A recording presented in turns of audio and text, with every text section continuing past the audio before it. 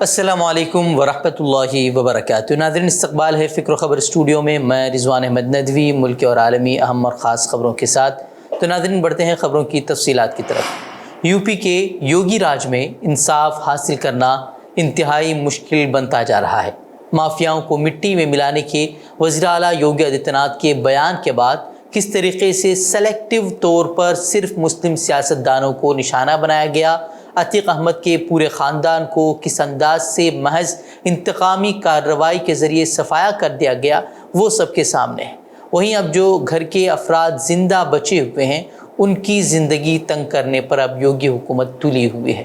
Police تحویل میں عتیق احمد اور بھائی اشرف کے قتل کے خلاف انصاف کے لیے سپریم کورٹ کا دروازہ کھٹکھٹانے والی ان کی بہن عائشہ نوری کو اب یو پی پولیس نے املاک کی قربانی کا نوٹس جاری کیا ہے۔ عائشہ نوری پر بھتیجے اسد کو پناہ دینے کا الزام عائد کیا گیا ہے۔ پولیس کا کہنا ہے کہ اس کے خلاف غیر ضمانتی وارنٹ بھی جاری کر دیا گیا ہے۔ اگر وہ خود کو قانون کے حوالے نہیں کرتی تو ان کی املاک قرق کی جائے گی۔ واضح ہے کہ اس سے قبل پولیس نے عائشہ کے شوہر ڈاکٹر اخلاق کو بھی گرفتار کر لیا تھا۔ یاد رہے کہ عائشہ اپنے دونوں بھائیوں کے قتل کی حقیقت کو منظر عام پر لانے اور اصل قاتلوں کو سزا دلانے کے لیے سپریم کورٹ کا رخ کر چکی ہیں، اور انہوں نے عدالت میں اپنے بھائیوں کی موت کو حکومت کی نگرانی میں کیا گیا قتل قرار دیتے ہوئے آزادی کے ساتھ جانچ کا مطالبہ کیا تھا۔ لیکن اب ایسا لگتا ہے کہ یوگی حکومت ہر اس شخص کے خلاف کارروائی کرے گی جو عتیق احمد اور اس کے بھائی کو انصاف دلانے کی لڑائی لڑ رہے ہیں۔ ویسے آپ کو پتہ ہی ہوگا کہ یوگی حکومت نے ان کے وکیلوں کو تک گرفتار کر دیا ہے اور ان پر بھی مختلف الزامات عائد کیے گئے ہیں۔ ملک میں کوئی مسلمانوں کے خلاف لاؤڈ سپیکر کے ذریعے زہر افشانی کرے یا پھر ڈی جے کے استعمال کے ساتھ اشتعال انگیزی کرے یا لوگوں کو مارنے کاٹنے کے لیے اکسائے یا پھر اقلیتوں کی املاک کو نقصان پہنچائے، اس کے خلاف کارروائی ہوگی، یہ گارنٹی کوئی نہیں دے سکتا۔ لیکن آج کے دور میں کوئی RSS پر ایک لفظ بھی بول دے تو سمجھیے اس کی شامت آ گئی۔ اب گجرات میں RSS پر تنقیدی پوسٹ کرنے کی پاداش میں راجکوٹ پولیس نے ایک تاجر کو گرفتار کر لیا۔ ہاں، یہ بات الگ ہے کہ اسے پھر عدالت نے ضمانت پر رہا کر دیا۔ وہیں تاجر پر الزام ہے کہ اس نے فیس بک پر پیغام لکھا تھا کہ جو نڈر تھے وہ جنگ میں گئے، جو بزدل تھے وہ سنگ میں گئے، یعنی کہ RSS میں چلے گئے۔ بس اتنا پوسٹ کرنا تھا کہ RSS سے جڑے کارکنوں کے جذبات مجروح ہو گئے اور انہوں نے اس کی شکایت پولیس تھانے میں کر دی، اور پولیس کو بھی لگنے لگا کہ بھئی مدعا اتنا سنگین ہے تو فوری طور پر تاجر کو گرفتار کیا جانا چاہیے، تو انہوں نے فوری طور پر اسے گرفتار بھی کر لیا۔ لیکن ہم دیکھتے ہیں کہ مسلمانوں کے خلاف روزانہ کی بنیاد پر نفرت پر مبنی جرائم ہو رہے ہیں، نفرتی تقاریر ہو رہی ہے، لیکن پولیس اور انتظامیہ کے جوں بھی نہیں رینگتی۔ مہنگائی پر مون رہنے والی مودی سرکار نے جیسے ہی انتخابات قریب آتے دیکھ لیے ہیں، مہنگائی کو لے کر فکر بندی ظاہر کرنی بھی شروع کر دیا ہے۔ اب حکومت نے ٹماٹر کے بعد پیاز بھی سستے داموں پر دستیاب کرنے کا فیصلہ کیا ہے۔ اس کے تحت سرکار 25 روپے فی کلو کے حساب سے پیاز اب بیچے گی۔ بتا دیں کہ گزشتہ ماہ حکومت نے ٹماٹر کی قیمتوں میں زبردست اضافے کے بعد عوام کو ذرا سی راحت دیتے ہوئے سستے داموں میں ٹماٹر فراہم کیا تھا۔ ویسے آپ کے علم میں ہونا چاہیے کہ جلدی 4 ریاستوں میں اسمبلی انتخابات ہونے والے ہیں اور لوک سبھا انتخابات بھی کچھ دور نہیں ہیں۔ ایسے میں اب حکومت عوام کی فکر کرتی ہوئی نظر آ رہی ہے۔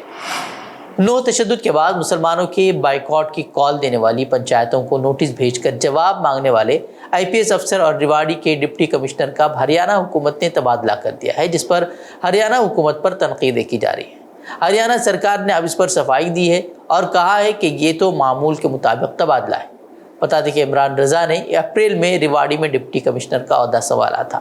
وہی اب جب 9 میں تشدد ہوا تو اس کے بعد پنچایتوں کی طرف سے مسلمانوں کو خوف دلانے کے لیے ایک حکم نامہ جاری کیا گیا تھا، جس میں کہا گیا تھا کہ ان کے علاقے میں مسلمانوں کو کا داخل ہونا منع ہے، ان کے ساتھ کسی طرح کا کاروبار کرنا منع ہے۔ اس طرح کی باتیں ان کی طرف سے کی گئی تھی، جس کے بعد ڈپٹی کمشنر نے ان کو نوٹس بھیج کر جواب طلب کیا تھا، جس کے بعد اب اس کو ہی وہاں سے ہٹا دیا گیا ہے۔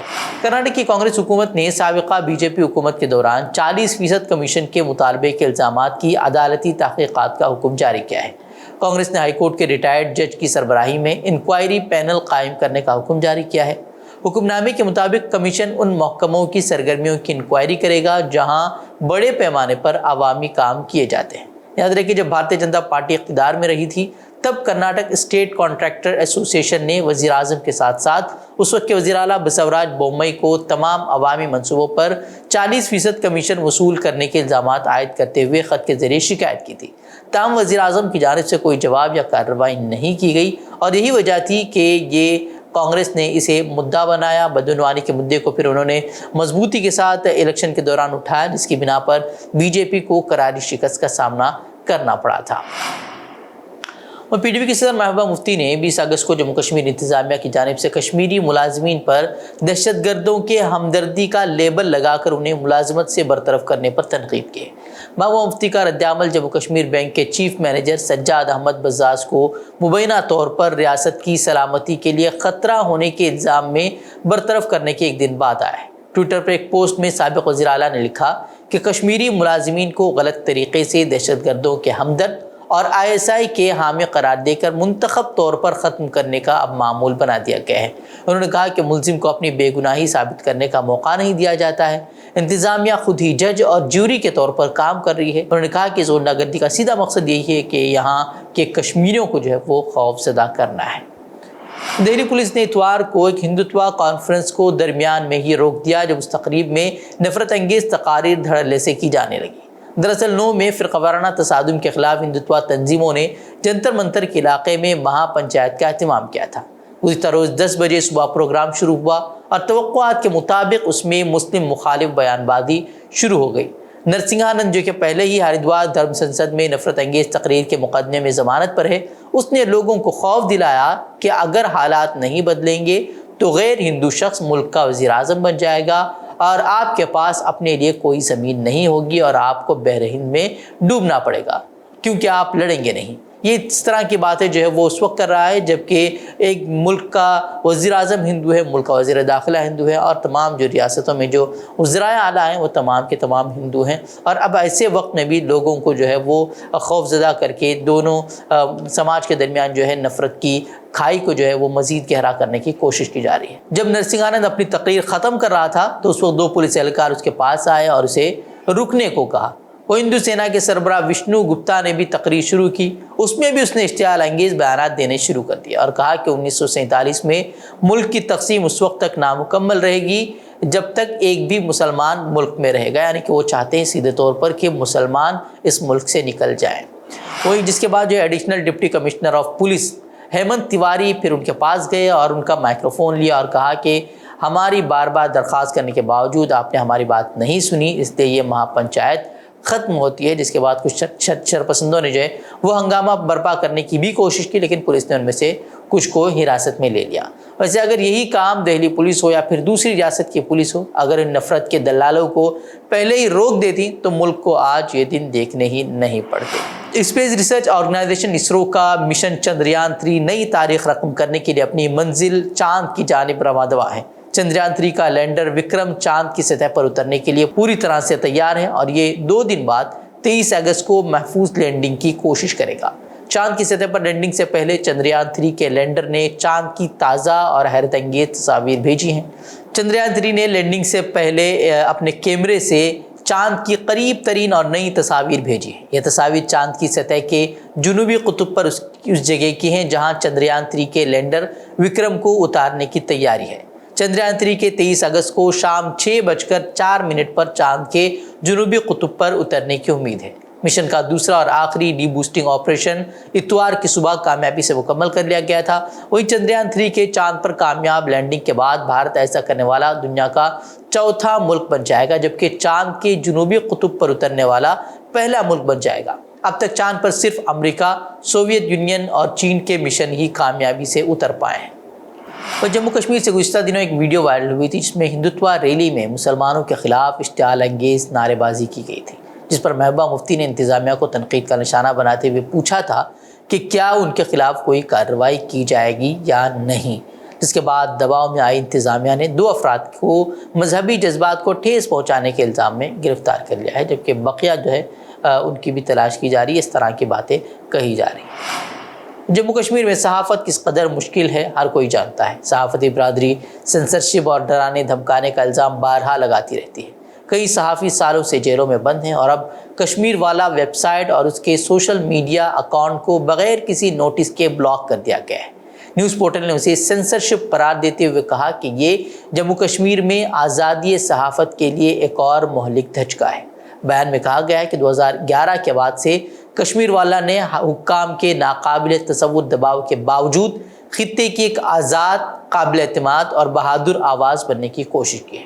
گزشتہ روز سرور فراہم کرنے والے نے ہفتے کے روز ان کے عملے کو مطلع کیا تھا کہ وزارت الیکٹرانک اور انفارمیشن ٹیکنالوجی نے انفارمیشن ٹیکنالوجی ایکٹ 2000 کے تحت ویب سائٹ کو بلاک کر دیا ہے۔ اس کے بعد عملے کو یہ پتا چلا کہ کشمیر والا کے فیس بک پیج کو، جس کے تقریباً نصف ملین فالوورز ہیں، اسے بھی ہٹا دیا گیا ہے اور اس کا ٹویٹر اکاؤنٹ قانونی مطالبے کے جواب میں روک دیا گیا ہے۔ بتا دیں کشمیر والا کے ایڈیٹر فہد شاہ 18 ماہ سے جیل میں، ان پر دہشت گردی کی تعریف کرنے، جعلی خبریں پھیلانے اور تشدد بھڑکانے کا الزام ہے۔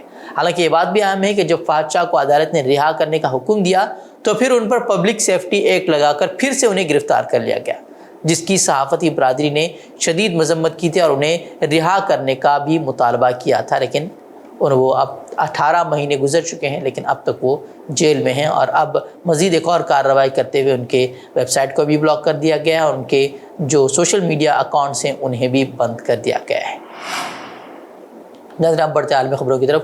افریقی ملک نائجیر میں منتخب صدر محمد بازوم کو گرفتار کر کے اقتدار پر قابض ہونے والے فوجی جنرل نے سیاسی قیادت کو اقتدار واپس کرنے کا وعدہ کیا ہے۔ باغی نائجیر فوج کے سربراہ جنرل عبدالرحمان نے وعدہ کیا کہ وہ 3 سال کے اندر اقتدار عوامی حکمرانوں کے حوالے کر دے گا۔ جنرل عبدالرحمان نے یہ اعلان دارالحکومت نیامی میں مغربی افریقہ کے علاقائی bloc economic community of west African states ایکواس کے عہدیداران سے ملاقات کے بعد کیا ہے۔ رپورٹ کے مطابق ایکواس نے دھمکی دی تھی کہ مذاکرات ناکام ہونے کی صورت میں فوجی کارروائی کی جائے گی، جس کے جواب میں گزشتہ شام اپنے ٹیلی ویژن خطاب میں باغی فوجی سربراہ نے خبردار کیا کہ ہم جنگ کرنا نہیں چاہتے، لیکن اگر ملک پر کسی قسم کا حملہ کیا گیا تو اپنا مکمل دفاع کرتے ہوئے اس کا بھرپور جواب دیا جائے گا۔ اور کہ ایکواس نے 26 جولائی کی بغاوت کے بعد نائجیر پر سخت پابندیاں عائد کر دی تھی اور ملک میں آئینی حکمرانی کی بحالی کے لیے اسٹینڈ بائی فورس کی تعیناتی کا بھی حکم دیا تھا۔ متحدہ عرب امارات میں سونے کی نرخوں میں کمی پر سونے کے بسکٹ اور زیورات کی خریداری بڑھ گئی ہے۔ گزشتہ 4 ہفتوں کے دوران مختلف کیرٹ کے 1 گرام سونے کی قیمت میں 11 سے لے کر 12 درہم کی کمی ریکارڈ کی گئی ہے۔ رواں ہفتے کے آخر میں سونے کے نرخ 2.25 درہم سے 2.75 درہم تک کم ہوئے ہیں۔ توقع ہے کہ سونے کی نرخوں میں مسلسل کمی زیورات میں دلچسپی رکھنے والوں کو خریداری پر آمادہ کرے گی۔ زیورات کے گروپ کا کہنا ہے کہ موجودہ موسم گرما میں زیورات کا کاروبار کووڈ-19 سے پہلے سے کہیں زیادہ بڑھ گیا ہے۔ سال رواں 2023 کے ابتدائی 6 ماہ کے دوران گزشتہ برس کے ابتدائی 6 ماہ کے مقابلے میں زیورات کے سودوں میں 15% کا اضافہ درج ہوا ہے۔ تو ناظرین، یہ خبریں، مزید خبروں کے لیے آپ ہمارے ویب سائٹ www.fikrokabar.com کی طرف رخ کر سکتے ہیں۔ ویڈیوز کے لیے ہمارے یوٹیوب چینل کو سبسکرائب کریں۔ تو ناظرین، اجازت دیں۔ السلام علیکم ورحمۃ اللہ وبرکاتہ۔